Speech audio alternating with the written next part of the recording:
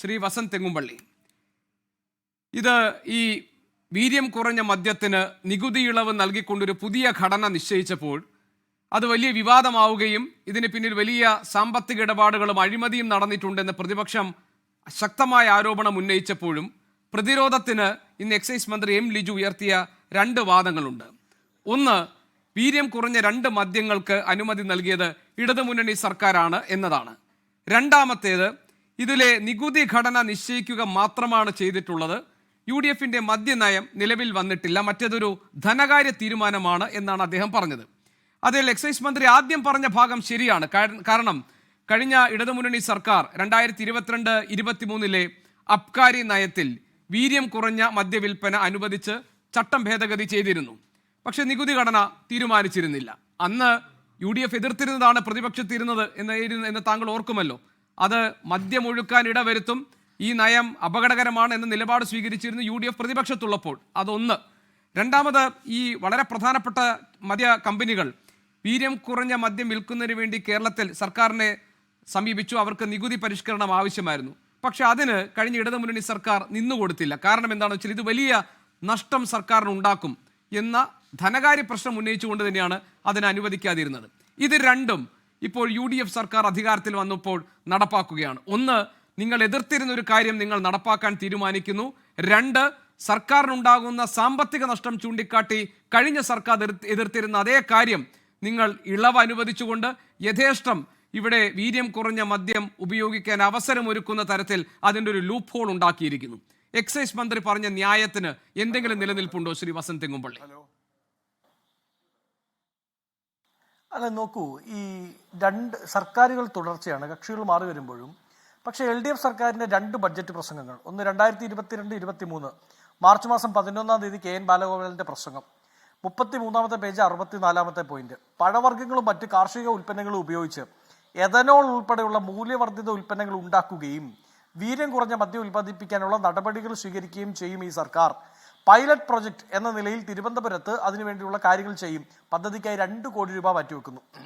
ഇനി 2024-25 ബഡ്ജറ്റ് പ്രസംഗം KN Balagopal, 75-ാമത്തെ page 208-ാമത്തെ point, വിദേശ മദ്യം കേരളത്തിൽ ഉൽപ്പാദിപ്പിച്ച് അന്യ സംസ്ഥാനങ്ങളിലേക്കും വിദേശത്തേക്കും കയറ്റുമതി ചെയ്യാൻ സാധ്യതകൾ ഏറെ ഉണ്ടെന്നാണ് ഇത് സംബന്ധിച്ച പഠന വിദഗ്ധ സമിതി റിപ്പോർട്ട് സർക്കാരിന്റെ മുമ്പിലുള്ളത്. കേരള ബ്രാൻഡ് ഉൽപ്പന്നങ്ങൾ ഉൾപ്പെടെയുള്ളവയുടെ കയറ്റുമതിയുമായി ബന്ധപ്പെട്ട് നിലവിലുള്ള ബുദ്ധിമുട്ടുകൾ പരിഹരിക്കാൻ വേണ്ട നിർദ്ദേശങ്ങൾ കമ്മിറ്റി ശുപാർശ ചെയ്തിട്ടുണ്ട്. അതിന് വേണ്ട സഹായം നൽകാൻ ആവശ്യമായ പദ്ധതികൾ തയ്യാറാക്കുന്നതുമാണ്. നോക്കൂ, ആരാണ് ഈ വീര്യം കുറഞ്ഞ മദ്യം എന്ന രീതിയിൽ പഴവർഗ്ഗങ്ങളിൽ നിന്ന് മദ്യം ഉണ്ടാക്കിയെടുക്കുമെന്ന രീതിയിൽ പറഞ്ഞത്? നോക്കൂ, കേരളത്തിൽ വലിയ ചർച്ച ചെയ്യപ്പെട്ട ഒരു പൊളിറ്റിക്കൽ സ്റ്റേറ്റ്മെന്റ് ആയിരുന്നില്ലേ പാർട്ടി സെക്രട്ടറി അന്ന്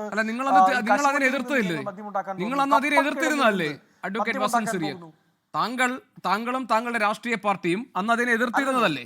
ഇനി ഒരു കാര്യം കൂടി ഞാൻ താങ്കൾക്ക് സംസാരിക്കാൻ അവസരം തരാം. പക്ഷെ ഞാൻ ഒറ്റ കാര്യം കൂടി ചോദിക്കട്ടെ. താങ്കൾ പറഞ്ഞത് ഈ കശുമാങ്ങ പോലെയുള്ള പഴങ്ങളിൽ നിന്ന് ഉൽപ്പാദിപ്പിക്കുന്ന ഈ ഹോട്ടി ലിക്കറിന്റെ കാര്യമാണ്. ശരിയാണ്, 20 മുതൽ 30% വീര്യമുള്ള ഇത്തരം ഹോട്ടി ലിക്കറുകൾ വിൽക്കാൻ വേണ്ടി ചട്ടം ഭേദഗതി ചെയ്തു എന്നത് സത്യം തന്നെയാണ്. അന്ന് UDF അതിനെ എതിർത്തിരുന്നു, കോൺഗ്രസ് അതിനെ എതിർത്തിരുന്നു.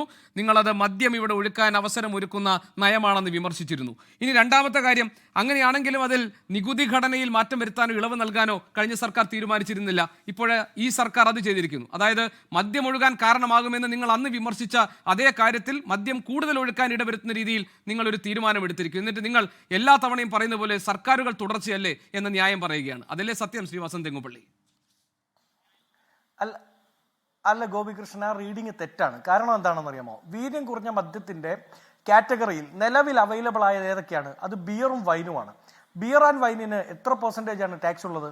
ഒന്ന് 80-ഉം ഒന്ന് 120-ഉമാണ് എന്നാണ് എൻ്റെ വിശ്വാസം. അങ്ങനെയാണെങ്കിൽ ആ കാറ്റഗറിയിൽ വരുന്ന മറ്റൊരു ഇനം മദ്യങ്ങൾക്ക് അതേതാണെന്ന് ഇനി ലിസ്റ്റ് ചെയ്യപ്പെടണം. അങ്ങ് പറഞ്ഞതുപോലെ കപ്പക്കിഴങ്ങിൽ നിന്ന് മദ്യം ഉണ്ടാക്കുമെന്നായിരുന്നു അന്ന് പാർട്ടി സെക്രട്ടറി പറഞ്ഞത്. ഇനി അത് ഉണ്ടാക്കാൻ സാധിക്കുമോ എന്നുള്ളതൊക്കെ കണ്ടുപിടിക്കണം. അപ്പോൾ എന്തു ആയിക്കോട്ടെ, ആ വീര്യം കുറഞ്ഞ മദ്യങ്ങളുടെ കാറ്റഗറിയിൽ ഏറ്റവും ടോപ്പ് ക്ലാസ്സിലാണ്, ഏറ്റവും ടോപ്പ് സ്ലാബിലാണ് ഇപ്പോൾ നികുതി തീരുമാനിച്ചിരിക്കുന്നത് അല്ലേ? വീര്യം കുറഞ്ഞതിൽ ബിയറിനും വൈനിനും 80-ഉം 120 ഉള്ളൂ. വീര്യം കുറഞ്ഞ മദ്യം എന്ന കാറ്റഗറി ഉണ്ടാക്കിയത് LDF ആണ്. സ്വാഭാവികമായും ആ കാറ്റഗറി മെയിൻറ്റെയിൻ ചെയ്തുകൊണ്ട് മുമ്പോട്ട് പോകാനാണ് ഈ സർക്കാർ തീരുമാനിച്ചത്. അപ്പം നമ്മൾ എന്താ ചെയ്യുന്നത്, ആ കാറ്റഗറിയിൽ ഏറ്റവും ഉയർന്ന സ്ലാബ് ടാക്സ് അത് ഇംപ്ലിമെന്റ് ചെയ്യാണ്. ആ മദ്യവുമായി ബന്ധപ്പെട്ട് അവിടെ എവിടെയാണ് ഒരു അഴിമതിയുടെ സ്കോപ്പ് ഉള്ളത്, എവിടെയാണ് മദ്യം ഒഴുക്കാൻ തീരുമാനിച്ചു എന്ന് അങ്ങ് പറഞ്ഞാൽ ഇപ്പൊ ബിയറിന് അല്ല അങ്ങല്ല LDF അങ്ങും സൂചിപ്പിച്ചാൽ ബിയറിനേക്കാൾ അല്ലെങ്കിൽ വൈനേക്കാൾ താഴ്ന്ന സ്ലാബിലാണ് ടാക്സ് നമ്മൾ ഏർപ്പെടുത്തുന്നതെങ്കിൽ ആ കാറ്റഗറിയിലെ ഏറ്റവും താഴ്ന്ന സ്ലാബിൽ മദ്യം വരുന്നു, ഏത് വീര്യം കുറഞ്ഞ മദ്യം വരുന്നു. അപ്പൊ അതിന്റെ പൈസ കുറയും, അപ്പൊ കൺസംഷൻ കൂടും. താങ്കൾ പറഞ്ഞ ഒറ്റ സംശയം എനിക്കുള്ളത്, വീര്യം കുറഞ്ഞ മദ്യം കേരളത്തിൽ യഥേഷ്ടം അല്ലെങ്കിൽ കേരളത്തിൽ കൊണ്ടുവരാൻ മദ്യക്കമ്പനികൾ മടിച്ചതിനുള്ള ഒരു ഒറ്റ കാരണം അതിലെ നികുതി ഘടനയിൽ മാറ്റം ഉണ്ടാകണം എന്നവരുടെ ആവശ്യം അംഗീകരിക്കാതിരുന്നത് കൊണ്ടാണ്.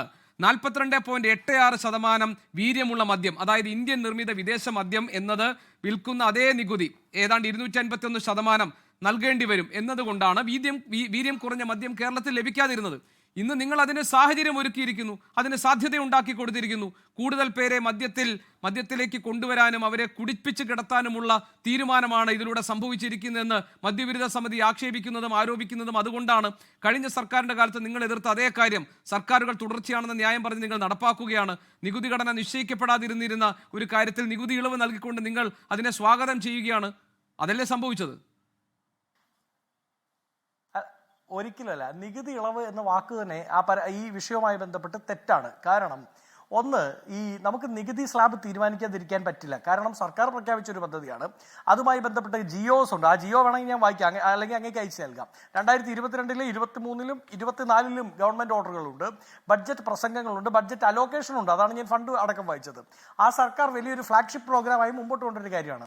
അപ്പോൾ സ്വാഭാവികമായും അതിനെ കാറ്റഗറൈസ് ചെയ്ത് കഴിയുമ്പോൾ അതിന്റെ ടാക്സ് സ്ലാബ് തീരുമാനിക്കുക എന്നുള്ളത് അത്യന്താപേക്ഷിതമാണ്. അത് കഴിഞ്ഞ സർക്കാർ തീരുമാനിച്ചില്ല. എന്നാൽ ഈ സർക്കാർ വരുമ്പോൾ അത് തീരുമാനിച്ചു. അപ്പൊ അങ്ങും ഇടതുപക്ഷവും പറയുന്നത് എന്താണ്, ടാക്സ് ഇളവ് കൊടുത്തു എന്ന് പറയണമെങ്കിൽ ഒന്ന് ആത്യന്തികമായ ഒരു ടെക്നിക്കൽ ഇഷ്യൂ, അതിന് നിലവിൽ ടാക്സ് ഇല്ലായിരുന്നു. അപ്പൊ എങ്ങനെയാണ് ഇളവ് കൊടുത്തു എന്ന് പറയാൻ പറ്റുക?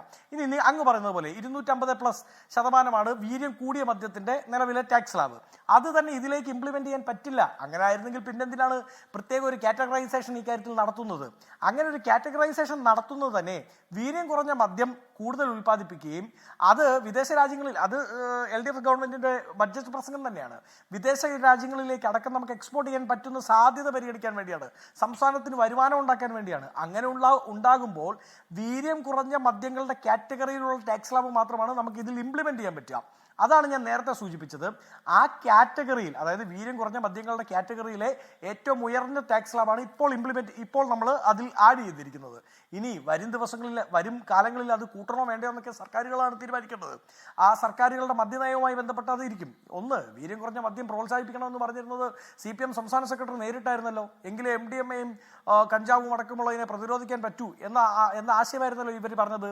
ഒന്ന്. രണ്ട്, MP രാജേഷ് അടക്കമുള്ളവർക്ക് ഈ ഒരു സാമാന്യ മര്യാദ വേണ്ട വന്നിരുന്ന് ന്യായീകരിക്കാൻ. UDF ഗവൺമെന്റ്, ഉമ്മൻചാണ്ടിയുടെ ഗവൺമെന്റ് ഇവിടെ നിന്ന് പോകുമ്പോൾ 22 ബാറായിരുന്നു ഉണ്ടായിരുന്നത്. LDF ഇറങ്ങി പോകുമ്പോൾ എത്രയാ ബാറിന്റെ കണക്ക്? 800+ ആണ് കേട്ടോ, 800+. എത്ര ശതമാനത്തിന്റെ ഇരട്ടിയാ ആ കാര്യവുമായി ബന്ധപ്പെട്ടുണ്ടായത്? ഈ മദ്യത്തിന്റെ ബോട്ടില് മേടിക്കുന്നവൻ വീട്ടിൽ കൊണ്ടുപോയിട്ട് തിരിച്ചു കൊണ്ടുവന്നാലേ 20 രൂപ തരൂ എന്ന് ലോകത്തിൽ എവിടെയെങ്കിലും കേട്ടിട്ടുണ്ടോ? കൊടുക്കാൻ വേണ്ടി നടത്തിയ കള്ളക്കളി. അങ്ങനെയൊക്കെ ഉണ്ടെങ്കിൽ അതൊക്കെ മാറ്റാനാണല്ലോ UDF അധികാരത്തിൽ കൊണ്ടുവന്നത്.